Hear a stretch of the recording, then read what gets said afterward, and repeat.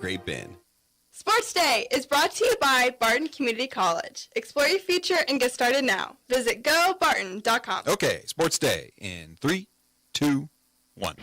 A step in a positive direction this last week. That's a hard scheme to go against, the amount of pressure, the amount of dropping out, the cover zero, and I thought the young guys did a good job of being in the right spot at the right time. We had some good battles last year against them, and both of them came down to the wire. It's a great football team on their side, and we got to play great football. We got to play clean. We got to be focused on this year. We got to be focused on this moment, one play at a time, going into a tough environment. Our kids really did a good job of stepping up in crucial times, forced some turnovers, had some big hits, and played really good football against a pretty quality team.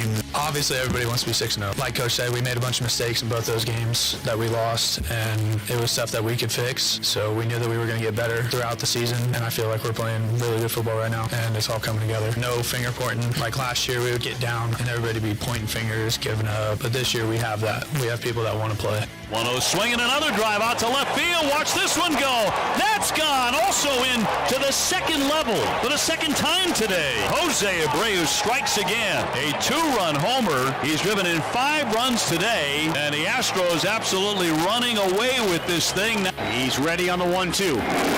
Garcia hits this one high and deep to left. Really high, really far, and gone. They just give the choice of the number 1 and number 2 seeds. Hey, what do you want to do? You can play through the wild card, or you can have the bye. And you guys know this like I do. Every single team would take the bye. And if that happens, if Major League Baseball implements that choice, then at least we can bypass all the complaining. Polino racing back the other way for the Hawks. Through center ice over the Penguin line, left wing. Drops it off Corey Perry. Put it over. Scores! And the Hawks take a 3-2 lead over the Penguins with 4:31 left in the third. The There you go. Polino, Perry. Stop it. Welcome to Sports Day on 1590 KVGB. Ben, your hockey highlights are long. Welcome to the program here. It's the Wednesday show. Steve Webster with you, along with Aaron Clark. Those hockey announcers got pipes. Well, you got to let them flex just them. goal. That's that. They move on. Mike Corson in studio today. Is that playoff hockey, or was that the first game of the year? That was the first game of the year. Oh, man. They get excited opening night. Well, no, we love hockey highlights. We love hockey highlights. Also in with us today, Mike Hesher. Hi, Mike. Hot Mike. Mike. How are we doing today? We'll try to keep things in order today. Very good. Okay, welcome to the program today. On the show, former Barton baseball coach Mike Warren. He's also a Barton Hall of Famer. And Mike's going to join us today to talk about the passing of Dana Foss. I called her the first lady of Barton Community College sports. She ran that place out there for a long time and was part of the success of the Barton Athletic Department. So Mikey's going to be here with us. We'll talk Fort Hays State Tiger Sports with Gerard Welbrock, voice of the Tigers. And Mike Corson goes on the prowl today, talking with Shelley Duvall and... Got senior Lauren Davis and freshman Kaya Bear coming in.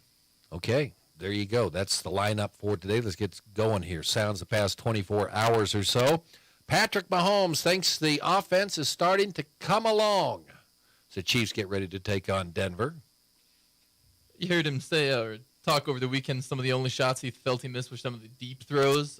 One to Marquez Valdez-Scantling that Scantling was able to come back on and get a pass interference on, and one to Justin Watson. But I agree with Mahomes. The offense looks to be in pretty good rhythm now, and earlier in the season, especially obviously that first week without Kelsey is a little disjointed, but Kansas City is starting to move it along, coming along nicely here as they head into a big game against Denver. Russell Wilson, preparation is the key to getting the upset over the Chiefs tomorrow night at Arrowhead. I'm walking back my statement. I waited it the other day and said, yeah, don't talk too much trash. Denver could keep it close.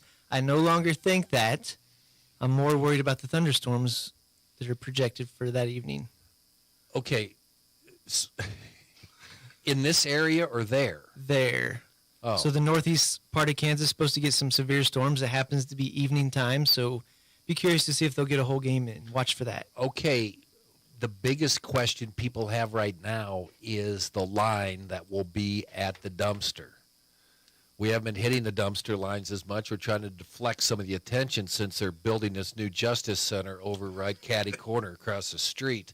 So 18.5 is, we're getting some action at that. We might lower it to 18.5? I told you I'm walking it back. That's aggressive for as close as the Chiefs usually play the Broncos. I'll say it. Write it down, boys.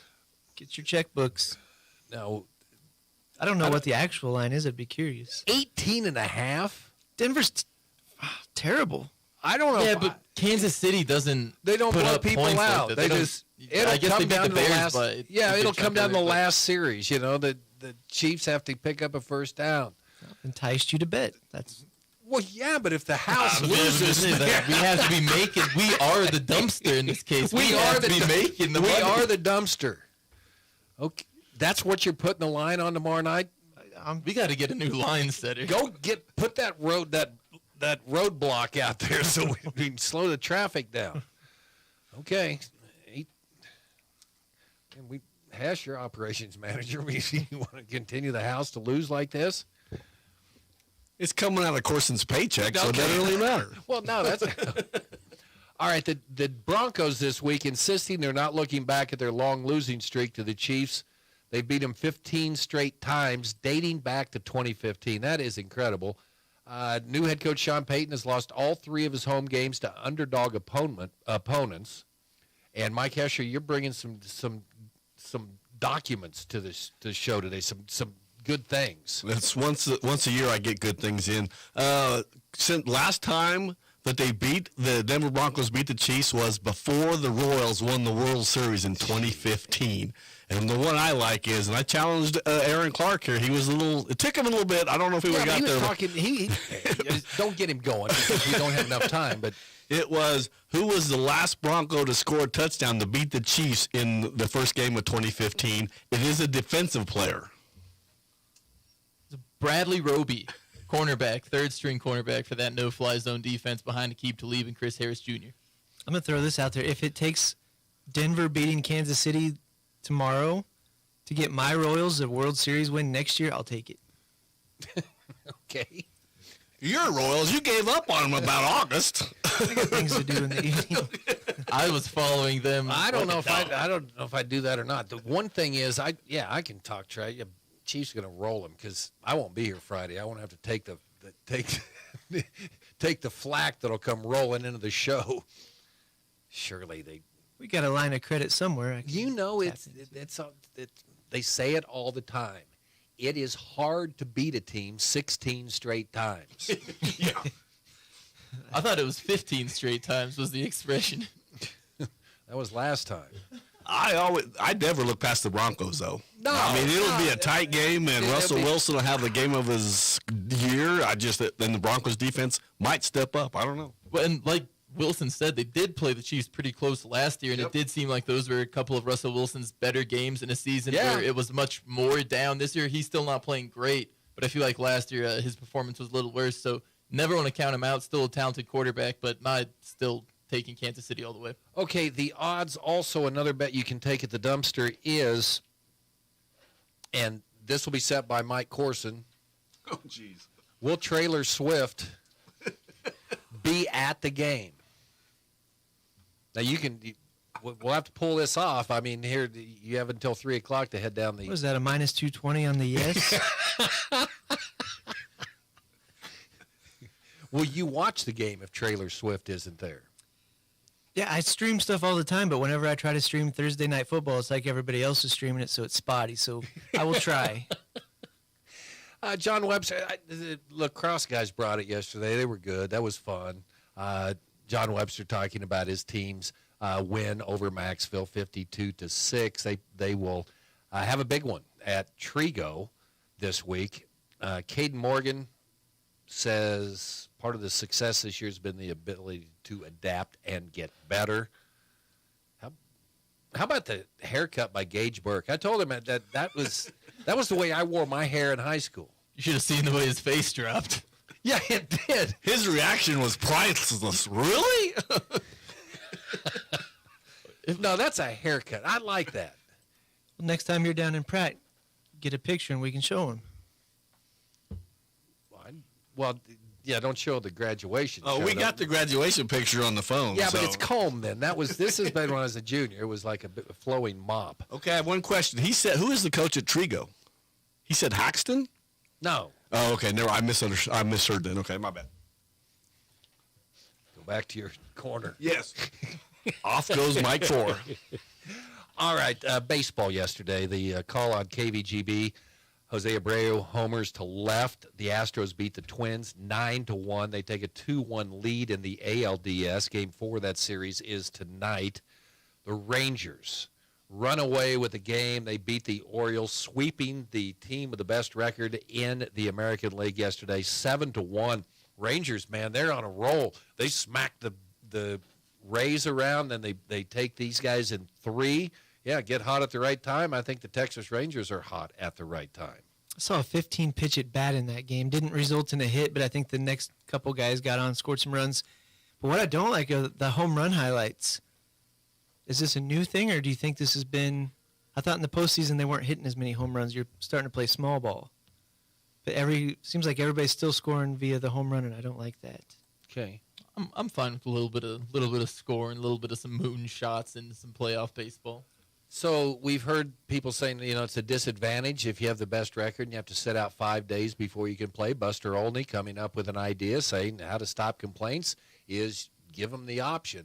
If you have the first or if you get the first round bye, you can give that bye up and elect to play in the best 2 out of 3 wild card series. In that scenario, do you think the team that you kick the bye to can defer it as well, or are they stuck with it? Because then that could honestly play into some potential factors too. Maybe you're really hot right now and the team in the 2 spot is struggling a little bit. You want to make them have a I don't know if he dug into that concept enough, but that is a good point. Do you go down to the 3 seed, or do you drop all the way to 8?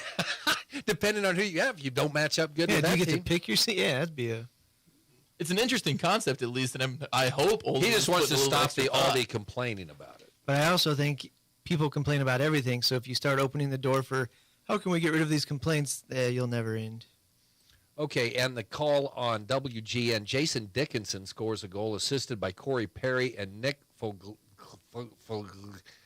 That's it. You called him Folgers this morning. I don't think Folgers.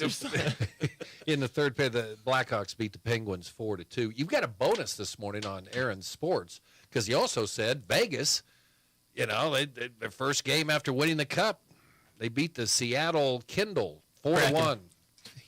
Well, I knew it started with a K. I had an abbreviated cut down there at the bottom. That's the first time we've seen Folgers since he was in the Cup. Stanley Cup. Seriously? Oh, Peter. All right, there you go. Sounds the past 24 hours. Headlines. Volleyball in action last night. Mike Corson. Knew it could be tough. MCL's typically tough. Phillipsburg down this year, but Smith Center had gotten bumped up to number 2 in Class 2A. And I think they played in the back-to-back 2A state championship with Hillsborough and split with them. So Great Bend took the first set, dominating fashion, 25-15, but came up short. 4th losses of the year, 26-4 still. Be fun to catch up with Shelley and some kids here in just a little bit. So where are they sitting at? I mean, they're still pretty good in the standings, aren't they? I want to talk about those standings. Number 3 still, we think, I would say that 1 and 2 are locked in, and the 4 through 6 spots, which are crucial, are the 3 through 5 spots. I mean, Great Bend's sitting pretty favorably, but needs to take care of stuff this weekend. Panther soccer goes on the road yesterday. Chewy Loera was in here, knew his team at 10-0. Dodge City waxed pretty good in soccer. Yeah, and Dodge City, I think they had 1 off here, but to be ranked top 15 nationally just shows. How many wins did they get in a row before they? I don't know. I don't think they won state last year, but I was out there. But they had won before last year, yeah. Got to watch the celebration at one of the other events. It's kind of cool out there. All right, Barton soccer yesterday. Women beat KCK 2-0. The Barton men fall for the first time this year. They lose to KCK by the score of 2-1. K-Prep's poll is out for this week. Week 6, Capon number 1 in 5A, followed by Mill Valley, Blue Valley Southwest, Goddard, Eisenhower, and DeSoto. Hayes 4-2, others considered. Liberal 6-0, out of the top 5. 2A. Nemaha Central, which they only beat Minneapolis 24-0 last Friday. That was kind of interesting. Sabetha, if you look at a point differential. Sabetha number 2, Hoyzden number 3, Southeast is number 4, southeast of Saline. Ellsworth is number 5. And 2A, Cole was talking about yesterday, Garden Plain 5-1. Norton, I'm a believer of the Blue Jays now. They're pretty good, 6-0. Ellsworth and southeast of Saline in 2 weeks. Yeah, big week 8. They both should be 7-0. I would say probably your experts would say it's a little bit top heavy with the East, but out here in the West, we're hoping the Hoyzingtons, the Ellsworths will prove everybody wrong. Nemaha Central only wins 24-0. Good for I guess good for Minneapolis. They hung in there a little bit. Victoria 4-1, ranked second in 8-man 2. They will play Sylvan Lucas on Friday night, who is 5-0 as well. Who's 5-0 overall. Man, Victoria's been on a roll since they lost to Kinsley that first game of the year. Sylvan Lucas, they've got 44 players. Well, they got a lot of Wilson kids. Yeah, it's the largest 8-man Division II team you will have. They've got a good team. They've got a good coach. I don't think they have anybody that's real dynamic on that team. I was going to say, if we had our Padawan here go up and cover one of those games, which town would we tell him to go north at? Sylvan Lucas. What's the odds that he would make it to how about Tescott? As long as I got a phone with me, I'm good. It's got the navigation on there. There's some dark areas up there though. It's generally those dark areas are pretty straightforward highway. You follow on there, you'll be fine. You ever been to Sylvan?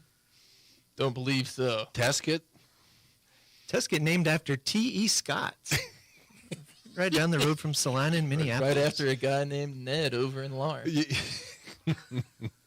Hodgman County is also receiving votes. They played Mineola, so that's another big matchup. So anything that you took out of looking at the polls? Who we got 6A number 1 there? 6A number 1, Gardner Edgerton. Wichita South or Wichita East in there? They are others considered. They're 4-2. Olathe North number 2, Washburn Rural number 3, Northwest. See, I'm still pegging Northwest. I was disappointed by that loss, but well, did you see the end of that game? Yes, that was ridiculous. It was that was the blocked field goal that got ran and scored for a touchdown, wasn't it? Yes. And yes. Oh my goodness. The Wichita East. Yes. Beat Northwest. Yeah. Yes. Goodness great. That was a ridiculous game. Another one I'm interested in. Both Hayes and Liberal in the 5A receiving votes. I'd be interested to see if a team, one of whoever wins that game, if they maybe don't sneak up into that 5 spot. Obviously, it would depend on what happens with those other teams in that contending spot. But I don't think Hayes moves up if they beat Liberal. I think if Liberal wins, I think they move in there. But I think overall, until the WAC does something in the postseason, a little bit of disrespect. Not a whole lot of unbeaten teams I agree. And I would concur with that fact that I think the WAC overall, there's 5 good teams. I don't know if there's a great team in there. Is there?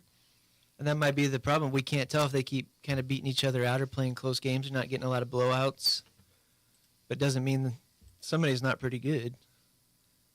It is. I mean, the Chiefs win almost nothing but close games, and they're still a pretty great team. But I agree with your assessment that a lot of very good teams in the WAC, but not one that I think really scares you in terms of contending for a state title this year. Okay, we need to get going. Mike Warren, Barton Community College Hall of Famer, up next here on Sports Day. If you need physical therapy, consider Advanced Therapy in Great Bend and Progressive Therapy in Larned and Hayes. We had a lady that was having some severe back and hip pain, and we worked with her for about 6 to 7 weeks, and we were able to actually restore greater than 80% of her mobility, and we were able to keep her from actually needing that surgery for about 4 years. You don't need to hurt. Physical therapy can help. Call Advanced or Progressive Therapy and Sports Medicine to explore your treatment options and get your life back. Marmy Auto Group makes it happen. Central and Western Kansas. Check out our selection of new and pre-owned inventory. Marmy's friendly staff offers top quality service that you've gotten to know over the years. When your existing vehicle needs parts or service, our experienced team will get you back in the game this season. Marmy Chevrolet, GMC, Ford and Chrysler, Dodge, Jeep Ram, parts, service, and body shop. Visit Marmy Auto Group on 10th Street or marmys.net. Marmys, make it happen. Community bankers should actually know your community. Hi, I'm Amy Herrera, Regional Retail Manager for your local Equity Bank. As someone who lives here, I know many of you and I know what's important to you. I've been in the industry a long time and I've helped many people navigate through financial challenges and lead them to financial opportunities. I believe that people bank with people. I'd like to invite you to stop by one of our region's 5 locations and meet our friendly, helpful staff. Let us show you how we're committed to serving you in our communities. At Equity Bank, we're right here beside you. Member FDIC. Smart stays on the road. That's why it's in your engine. Cenex Maxtron synthetic diesel engine oils give you the smartest oil for the toughest conditions. These premium oils maintain 80% of their viscosity throughout the drain interval for superior engine performance across extreme temperatures. That horizon looks good with the competition behind you. Cenex Maxtron diesel engine oils. Oil that runs smart. Contact American Plains Co-op Fuel Department in Great Bend, your certified Cenex distributor today.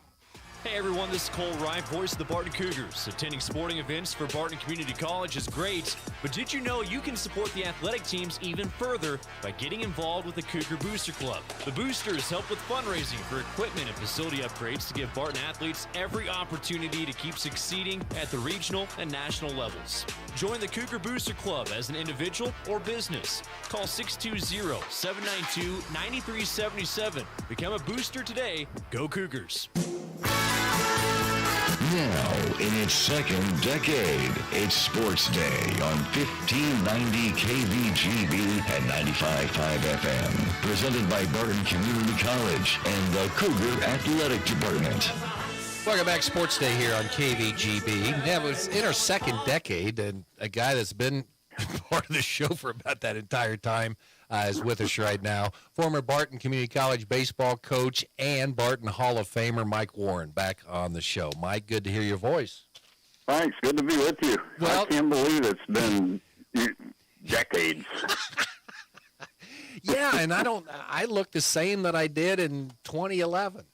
You know, it's, yeah. Good for you. Yeah, it's good for you. Mike Hesher wanted me to tell you hi, too. So. Well, tell him hello. Good to hear from him. He's running the show, so we'll try to get through this segment with nothing happening, okay? So okay. All right. If it does, it's his fault.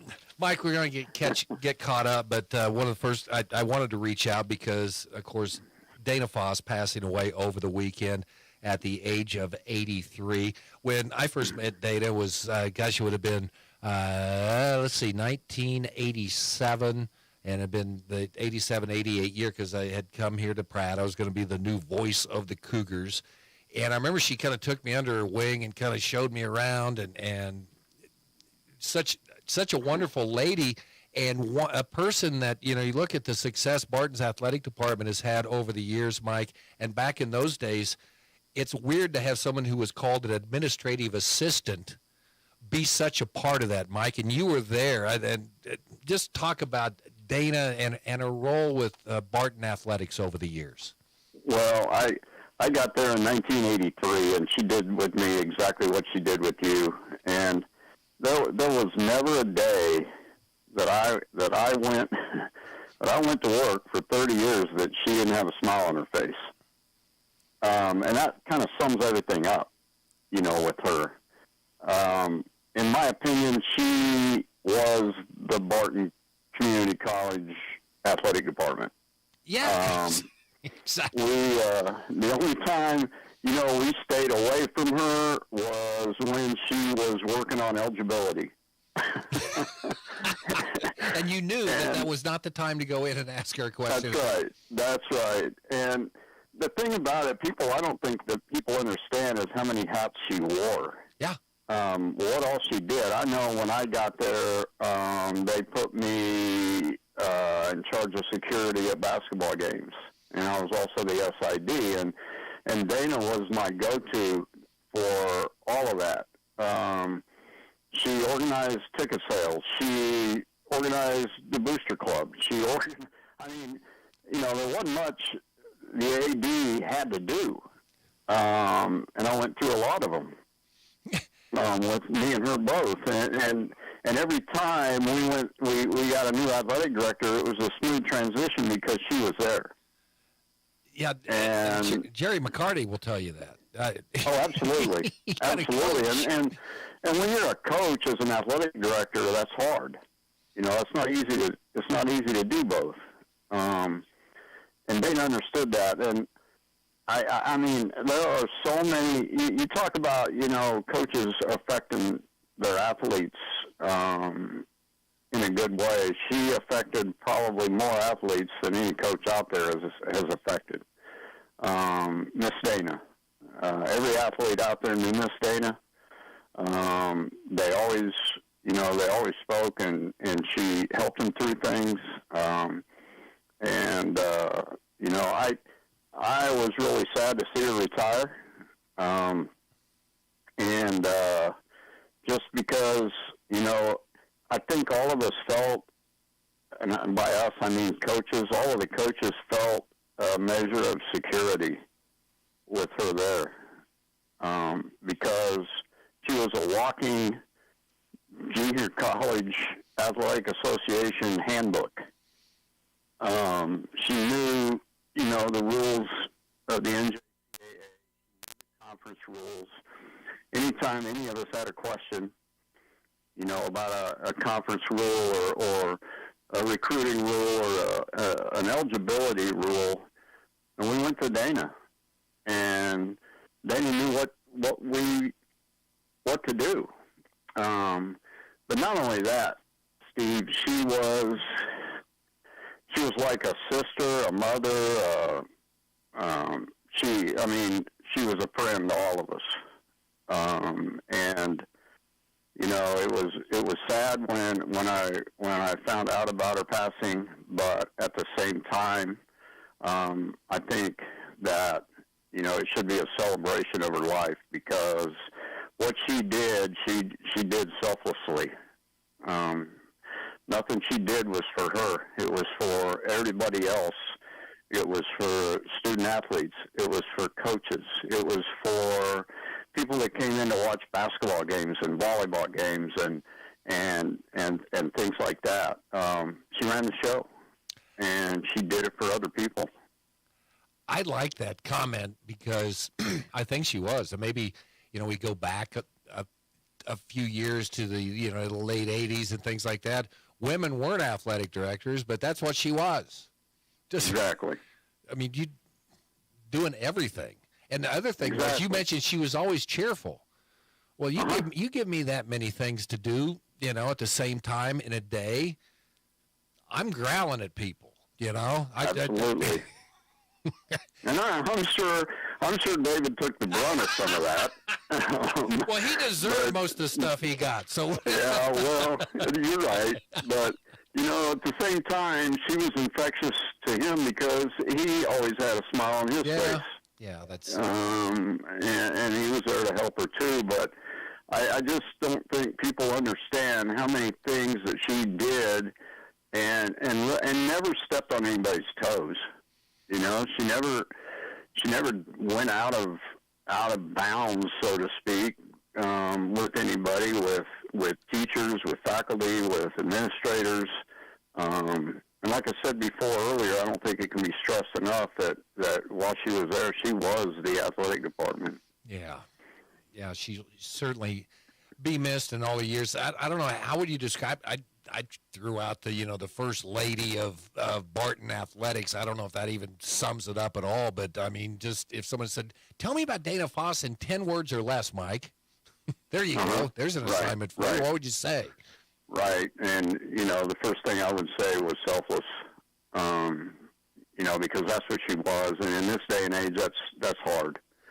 And even then it was hard because it was an I generation. It was a me generation. It was, you know, a certain, you know, my programs are most important. My programs are most important. You know, and she did it just fluidly and with ease, and just, you know, there was no animosity amongst any of us. All the coaches got along. We all pulled for each other, and I point to her, you know, for that. And so, I don't think you can explain it in 10 words. It takes more than 10 words to tell you about Dana Foss. Yeah, our prayers go out to the entire family. Visitation for Dana's friends will take place from noon to 8. That'll be tomorrow at Bryan Funeral Home, Altar Society Rosary at 4, Vigil at 7, and Massive Christian Burial will be held at 10:30. That's going to be at St. Rose of Lima Catholic Church in Great Bend on Friday morning at 10:30. And I kind of like this, Mike. Family kindly requests that guests wear attire representing Barton Community College in memory of Dana. I love that. I thought that was so cool. Yeah, that is. I did, and I'm just, she's been through a lot in the last 2 or 3 years, and I am so happy she is where she is now, because she's in no pain and she's where she should be.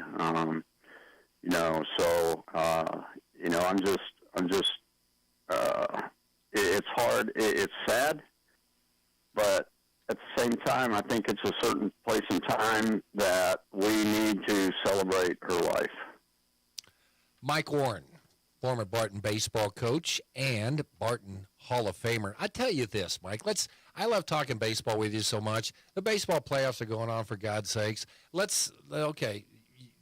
Can you do 2 weeks in a row? Can we hook up next week? Yeah, because I want to get caught up on what you're doing and what's going on with this baseball, and why it matters if you're off for 5 days and don't play baseball. Gosh, I could go into that right now, but then then I'll run over and things like that. So, Mike, thanks for the kind words, and you were the perfect guy to think about when we wanted to talk about the life of I appreciate it. Dana Foss. I appreciate it, and God bless the family, and our thoughts go out to them. Mike Warren with us here on Sports Day.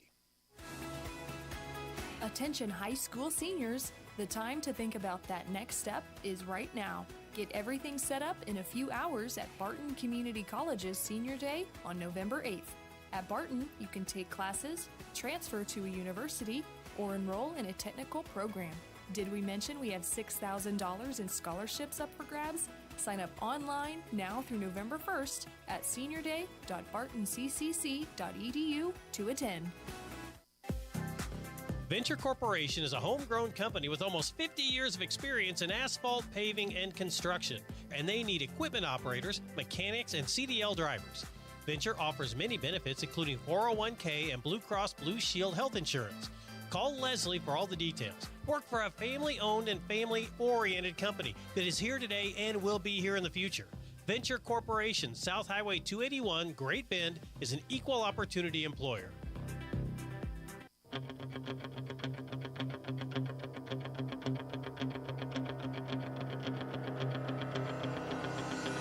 He's been the voice of the Tigers for over 20 years, much longer than Wyatt Thompson, Steve Webster, and the legendary Bob Davis. And he's not even that old yet. Here's Gerard Wellbrock. Yeah, he's not that old yet, but I tell you one thing, he's 1 year older today, buddy. I am. Happy birthday, my friend. Well, thank you very much. Appreciate it. So, I mean, I don't feel a day older than I was yesterday. Maybe I feel 1 day older than I was yesterday. Gerard Wellbrock, voice of the Fort Hays State Tigers, joining us here today on Sports Day. Well, we talked about last week what a key game it was for the Tigers going down to Joplin, and by golly, they got the job done, didn't they?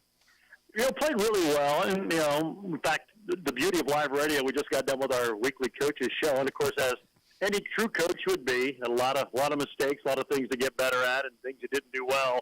But a really solid game, and I thought what was probably nice and has been lacking the last couple of years, the Tigers had an answer when either something went bad for them or Missouri Southern did something good and scored, got back in the game. Fort Hays State had an answer. That hasn't been the case the last couple of years. That was good to see, and I think this team's starting to get a little attitude in that regard, and then maybe just not panic. And you're like, you know what? It happens. Let's go and move on to the next play. And I think we saw that, I'm not going to say for the first time, but consistently throughout the entire game on Saturday. And, that was one of the staples of this team when they, had their good run, 4, 5, 6 years ago.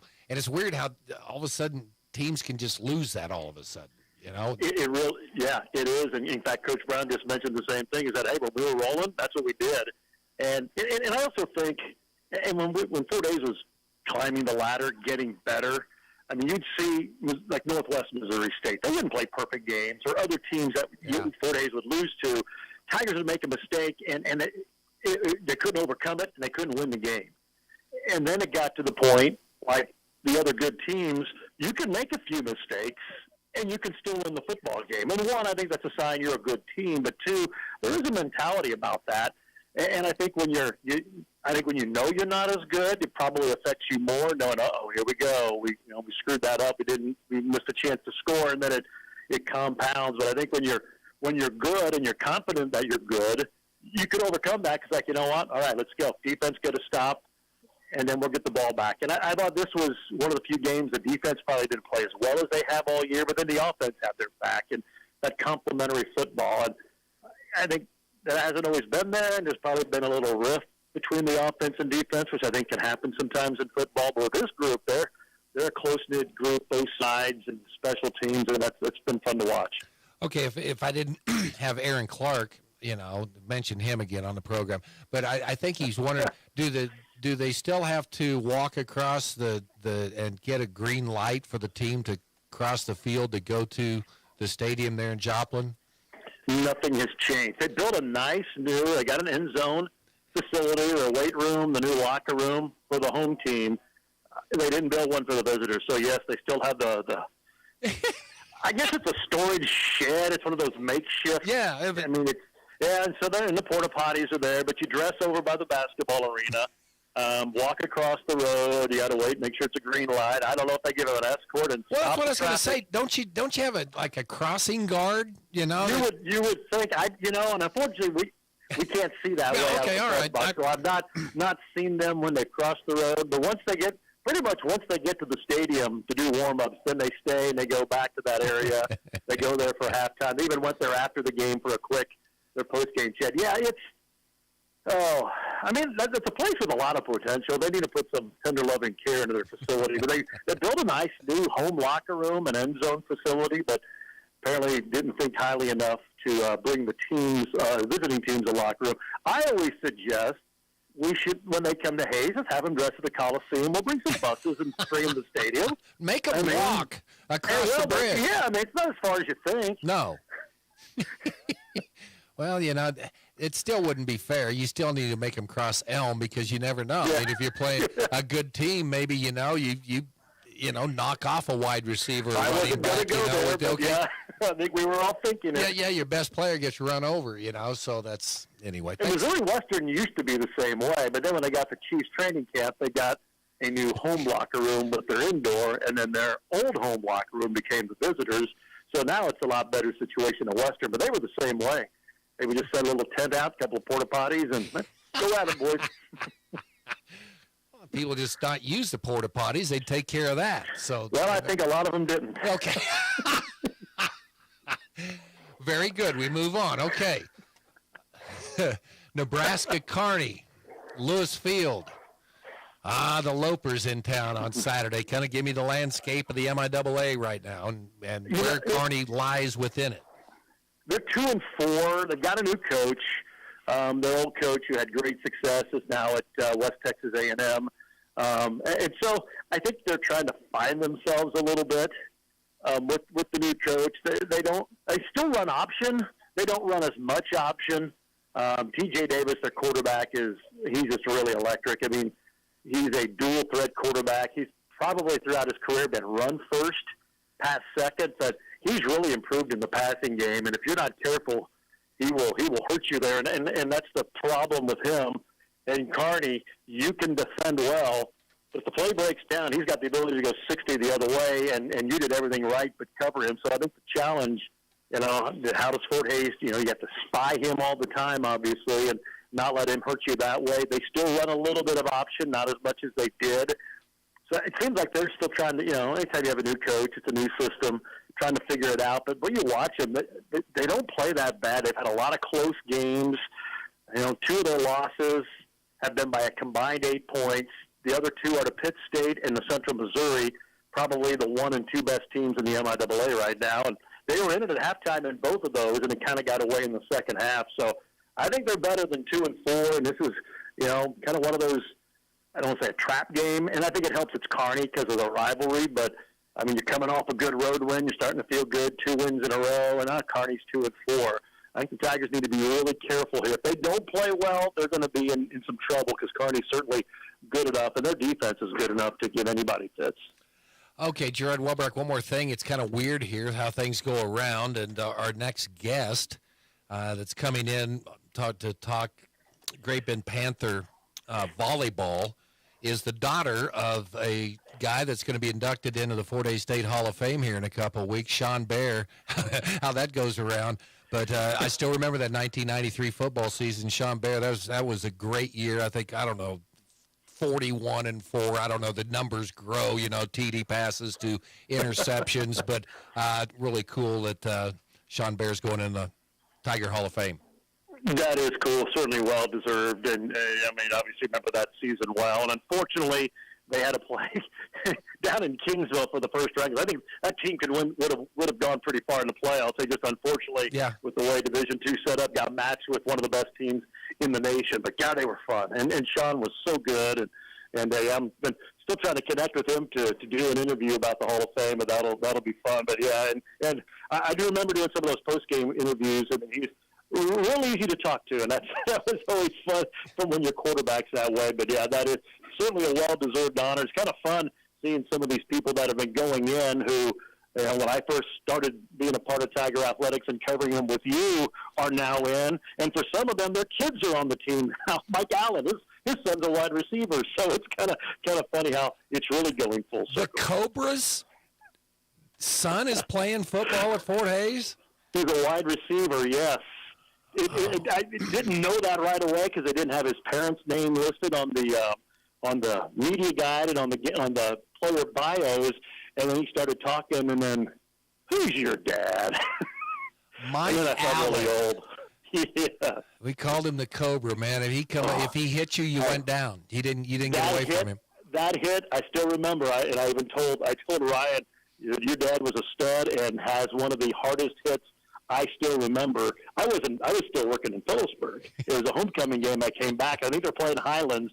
I just remember the dude's helmet shot off the other direction from the hit he took. His helmet went one way. His mouthpiece went the other. Pretty much, yeah. Yeah, it was awesome. Gur, thanks for the time, and we'll check in with you next week. Go get those lopers, and the breakfast spread's still the same, right? Because I'm going up there for the 1 and 2 weeks. Me and Lonnie G and me are going to come in there and clean out the breakfast buffet.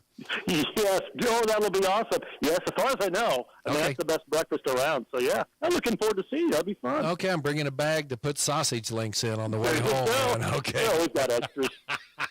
All right, Gerard, thanks for joining us here. Gerard Welbrock, voice of the Fort Hays State Tigers, with us on Sports Day. Mike Corson on the prowl coming up next. Shelley Duvall, Great Bend Panther volleyball coach, is on the way. From the Mayo Money Management Studios, 1590 KVGB, Great Bend, and 95.5 FM K238CK, Hoisington. Community bankers should actually know your community. Hi, I'm Zach Strite, commercial lender for Equity Bank. As someone who lives here, I know many of you, and I know what's important to you. I've been in the industry a long time, and I've helped many navigate through financial challenges and lead them to financial opportunities. I believe that people bank with people. I'd like to invite you to stop by one of our region's 5 locations and meet our friendly, helpful staff. Let us show you our commitment to serving you and our communities. At Equity Bank, we're right here beside you. Member FDIC. When it comes to car maintenance, it's good to know a local guy that can get things done. The Eller family has been in the auto repair business in Great Bend forever. Greg Eller continues that long tradition of helping people. Eller Automotive Repair specializes in wheel alignments, oil changes, and general maintenance for all makes and models of cars and small trucks. Open 8 to 5 Monday through Thursday, 8 to 4 Fridays. Eller Automotive Repair at 915 Morton, right behind Great Bend Appliance, Furniture, and Sleep Source, 10th and Morton.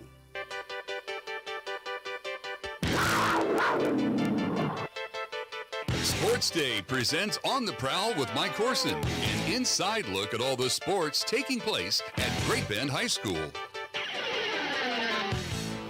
Welcome back to Sports Day, 1590 KVGB, 95.5 FM. Mike Corson joined today. It's been a couple of weeks, but we got some Lady Panther volleyball players in here. Coach Shelley Duvall, senior Lauren Davis, freshman Kaya Bear. Been a couple of weeks. Have you guys been up to anything? Not really. Just some ball games. About 9 in the last, week and a half. Just a couple. And some big wins. We will talk about all of them, but I'm going to start off with, I was curious, and you kind of spoiled it for me out there. So currently number 3 in 5A West. Mm-hmm. Barton Community? We think number 1 and 2 probably locked down, so it's going to come down to that 3, 4, 5, and you guys are sitting pretty close. What's it going to take to host Sub-State? This weekend is a big weekend for us. We go to WAC. We play our WAC schools. We've seen them all once or multiple times this season. We've come across and won those matches, but we're going to have to find our intensity this weekend and go in and be smart with our play and what we're doing, and we need to take our 4 wins to solidify us a home seed next week. All right, so you guys scared me.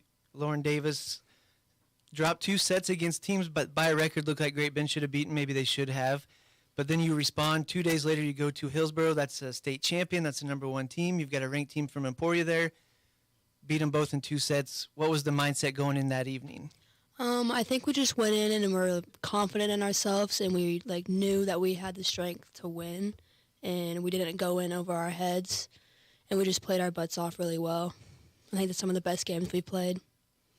Did those 2 losses on Tuesday kind of get your mind right a little bit? It was a good thing to happen because we needed to be we're not unstoppable, but we needed a loss to kind of humble.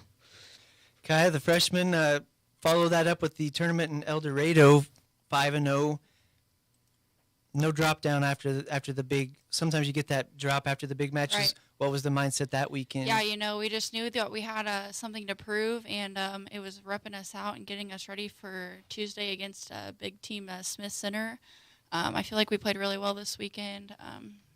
Everyone got in, everyone did their job. We got the job done together. So. And anybody can answer this one, but maybe Coach, 30 matches this year, 26-4 overall, 27 first set wins, and then you've lost first set 3 times, lost 2 of those matches. But like last night, Smith Center, it's 25-15 in the first set. I would call that a dominant first set, end up losing in 3 sets. How do you get over that hump of not falling in the second set? It's always kind of been a curse since I've been at Great Bend. That second set is just, they're so not fun when you start out in a hole. And I remember, we came across that first set with Smith Center and, again, kind of dominated that game. And first thing I said in the huddle was be ready because they're going to come back the second set. And, they rattled off 6 or 7 points right on the front side of it. And once you get that many points ahead of you, it's really hard to chip back in. So we've got to make sure that we're staying focused those first 5 points and make sure we're the ones on top. We'll get into kind of some of the individual stuff. Lauren, to me, it's kind of odd to have a group of seniors doing one thing so well. So for this team, it seems to be kind of the back row. And you're right up there. You lead the team 40 aces, 5th in the team in digs, 3rd in the team in serve receive. But kind of fun, or what has it been for this particular group of girls to grow up as all back row kids? I feel like we all stepped up this year. Like me, Macy, and Paige, we stepped up big time in the back row because last year you didn't have a standout back row, but this year we picked up a lot, and our serving has gotten better. We're more consistent at serving, and we trust each other really well. And we're talking to Lady Panthers senior Lauren Davis, freshman Kaya Bear, and Coach Shelley Duvall. So last year I had been fairly new to the Great Bend program. I'm at the scrimmage. I see this girl over here on the JV court. Coach, what's this girl doing playing JV? She's an 8th grader. That was Kaya an 8th Bear. grader, yes. So how about you, Kaya, the transition? I know you play some big club games, but how's the varsity high school experience been for you? I really worked my butt off in the off season, but I wouldn't say it was that different. Seniors have done a really good job of, just taking me under their wing, being a good example. Same way with Duvall. They've just embraced it really well, and they've included me in everything, and we all just get along really well. So it's been awesome. And we were kind of talking before. If anybody reads the stories I put up on Great Bend Post, oftentimes I'm saying balanced attack. Mm-hmm. So you're 3rd on the team in kills, big time leader in assists, up 2nd on the team in digs. It seems like not one girl is doing everything this year, and I don't know how different that is, but it seems kind of unique to me this year for Great Bend. We're well balanced. Everybody can hit the ball. I trust anybody I hit, really. It's well balanced. Everybody gets the job done when they need to.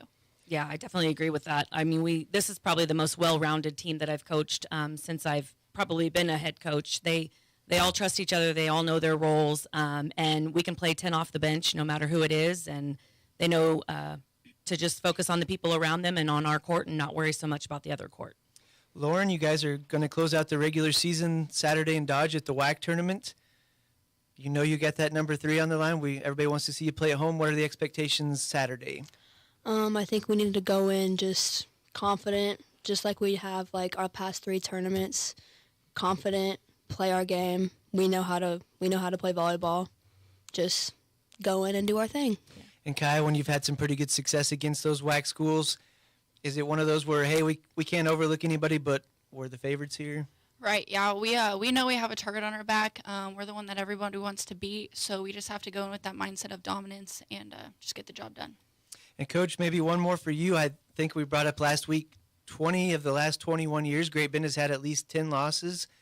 4 losses right now. Man, we wish it was 1, 2, 0. 0. How fun has it been for you with this group to see this level of success? I think it was after the first week, actually, that I remember huddling this group up and saying that, I mean, this particular team in general is just a coach's dream to coach because, again, you're not relying on one single person to do a job and be that standout person. You've got literally 10 that are doing that for you. And I waited a long time. I've had great teams. I've got smart teams. I've got short teams. I finally have size this year. It's nice. But the fact that these girls literally can put any one of them on the court at any time, and the momentum, the mentality, none of that changes. That's big time for a coach. Great Bend finally in the rankings, but the rankings lagging behind. They had you 18-1, moved into number 10. Right. Expect some fluctuation there with the wins over Hillsborough and Emporia, but keep winning. Good luck. Thank you very much. We don't want to focus on the ratings, but, I mean, it's not bad seeing our names on there once in a while. It is fun. Coach Shelley Duvall, freshman Kaya Bear, senior Lauren Davis. Good luck this weekend. Thank you. Thank you. More Sports Day after this. KVGB and 95.5 FM is brought This to is you by the Agriculture Today, American and I'm Plains Shelby Co-op, Varner with your the local K-State grain, Radio feed, Network. energy, seed, K-State Law agronomy, Professor and Roger retail McOwen co-op and with K-State a rich Extension history and Assistant Rich tradition Llewellyn within start our today's show by communities. discussing the 75th Annual Kansas Tax Institute sessions that start in November. Continuing the show is K-State Cow-Calf Extension Specialist Jason Warner. As harvest is taking place, cattle producers might be thinking about having their cattle graze the crop residue. Jason brings up a few key considerations.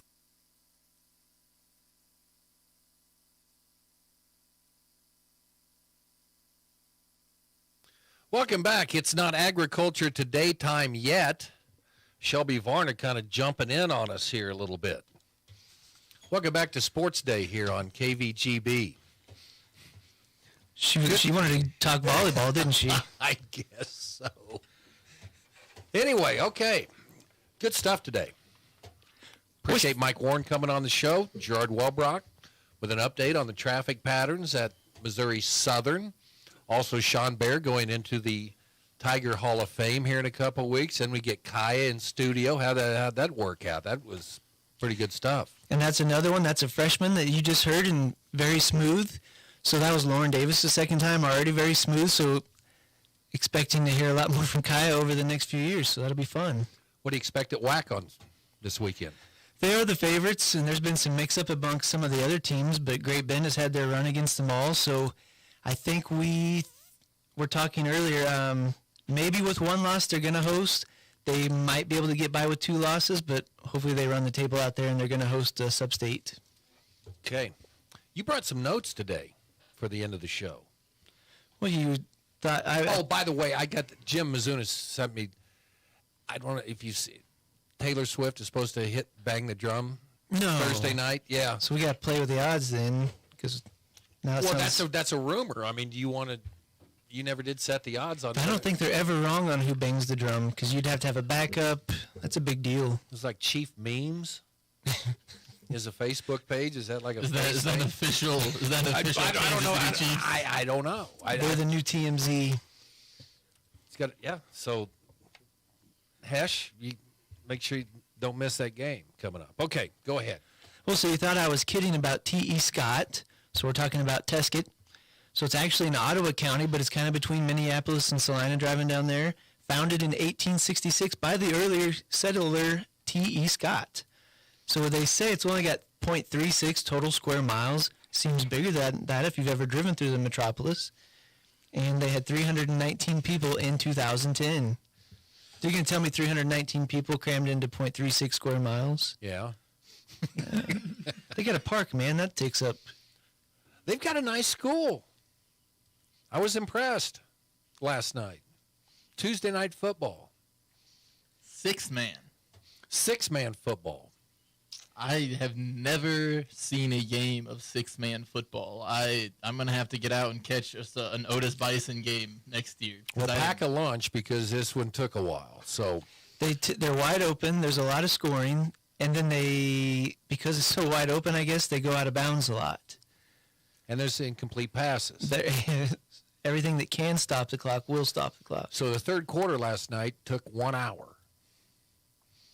They play 10-minute quarters. So they bump. They take those down a little bit. That makes it even worse. It was a long night. What is what plays do they run? Because I would think it would mirror 8-man football and be more of a ground dominant kind of run, like on the ground, run down their throat kind of ground and pound. But you can't run it to the direct snap. You have to hand it off to somebody who can. 3 offensive linemen? There's going to be 3 people in line of scrimmage. A lot of times you're just a center sitting there with. It was then like with 2 wide two receivers. wide receivers. They've got. This is 7. This isn't even 7-on-7. But I tell you, one of my great memories of covering sports before Acacia sanctioned them. What was it last year? Dodge City was hosting the 6-man unofficial state championships. So I went down. I think it was Fowler, maybe one of the M's. Moscow, yeah. Girl up in the booth brings her fiddle to do the national anthem. I'm like, you play anything else? Plays me Charlie Daniels in the press box at Dodge City. What a great memory. Ask and you shall receive if you're Mike Corson. So they said, you want to cover the 6A championship next year? Nope. Based on I'm a flat fee type of guy and doesn't pay for itself in 6-man football. It was an enjoyable night. We got the opportunity to go up there. They had the Meridacine Valley. Spell that. C-Y-M-A-R-A-I-S. Well, let me show you here. Okay, you're always showing off. So M-A-R-A-I-S-D-E-S-C-Y-G-E-S. I think there's an N in there. Yeah, I think there is too. What is it? Lasine? Tune in next week for the Sports Day Spelling Bee. Geography, spelling, we'll do it all. That's a nice town. We can have an academic decathlon. Because Mike was, with his cup of coffees and things like that, I thought that people just thought that it was a Corsonism when he said T.E. Scott. But I did. I used to deliver books to 67 small libraries in north central Kansas. You're talking Clifton Clyde, Agra, wherever Bill Chrysler was from. All the little, there's some little town up there, but Ellis. So when you see all these little places, it's Ellis, the Chrysler Boyhood Home. Just saying. I mean, other people travel these small towns too. So Waukene, you ever get up to Waukene or no? I believe that was out of our district. I did go to Ellis. Lots of train stuff in Ellis. Must be why they're called the Railers. There you go. We took away his mic on Sports. Oh, sorry. No, his mic's on. It's up there. So, okay, on the show tomorrow, we're going to talk to Zach Bartle. Got one in the state tournament on the feature. State tennis coming up. Brady Keith, Larned coach. Big matchup with Hoisington this Friday. Yep. Well, so we'll get a preview of that. And head coach Aaron Beck is going to be in. Deion Jones. And let's see. Got another senior coming in. Give me some seniors real quick. Matt Spray? No, keep going. Here we go. Don't panic now. You have 3 seconds. Johnson. No. Brock.